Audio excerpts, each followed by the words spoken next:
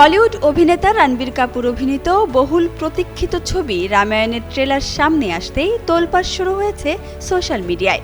বৃহস্পতিবার প্রকাশিত হওয়া 4 মিনিটের এই ট্রেলারটি প্রকাশ হওয়ার পর থেকেই সামাজিক যোগাযোগ মাধ্যম এক্সে ট্রেন্ডিং তালিকায় 1 নম্বরে উঠে এসেছে।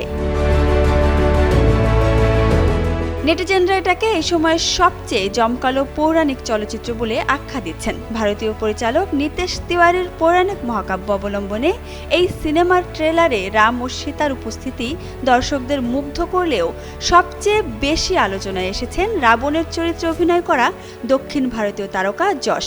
AKS অর্জন করল গিনেস ওয়ার্ল্ড রেকর্ডস। AKS ট্রেলারের শুরুতেই দেখা যায় শালে মুখ ঢাকা রহস্যময় রাবণকে।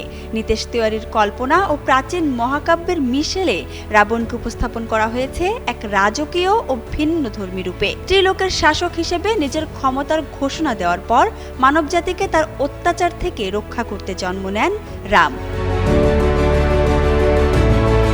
চলচ্চিত্রে রামের চরিত্রে অভিনয় করেছেন রণবীর কাপুর এবং সীতার ভূমিকায় রয়েছেন সাই পল্লবী। ট্রেলারে আরও দেখা গেছে কৈকেয়ীর চরিত্রে লারা দত্ত, সুপর্ণখার চরিত্রে রয়েছেন রাকুল প্রীত সিং। তবে হনুমানের চরিত্রে অভিনয় করা সানি দেওলকে ট্রেলারে দেখানো হয়নি, যা নিয়ে চলছে নানা আলোচনা। উন্নত মানের CGI ও VFX প্রযুক্তির ব্যবহারে ট্রেলারটি দৃষ্টিনন্দন ও ভিজুয়াল অভিজ্ঞতার ইঙ্গিত দিয়েছে। নির্মাতারা বলছেন, নতুন প্রজন্মের অভিনয় শিল্পীদের মাধ্যমে বহু পুরনো এই মহাকাব্য নতুনভাবে বিশ্ব দর্শকের সামনে তুলে ধরা হবে।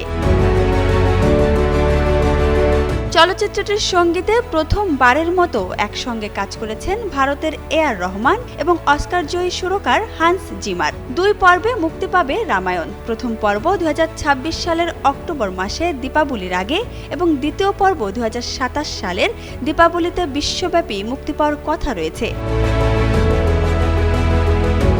প্রায় 4,000 কোটি রুপি ব্যয়ে নির্মিত রামায়ণ সিনেমাটি ভারতীয় চলচ্চিত্র ইতিহাসের অন্যতম ব্যয়বহুল সিনেমা।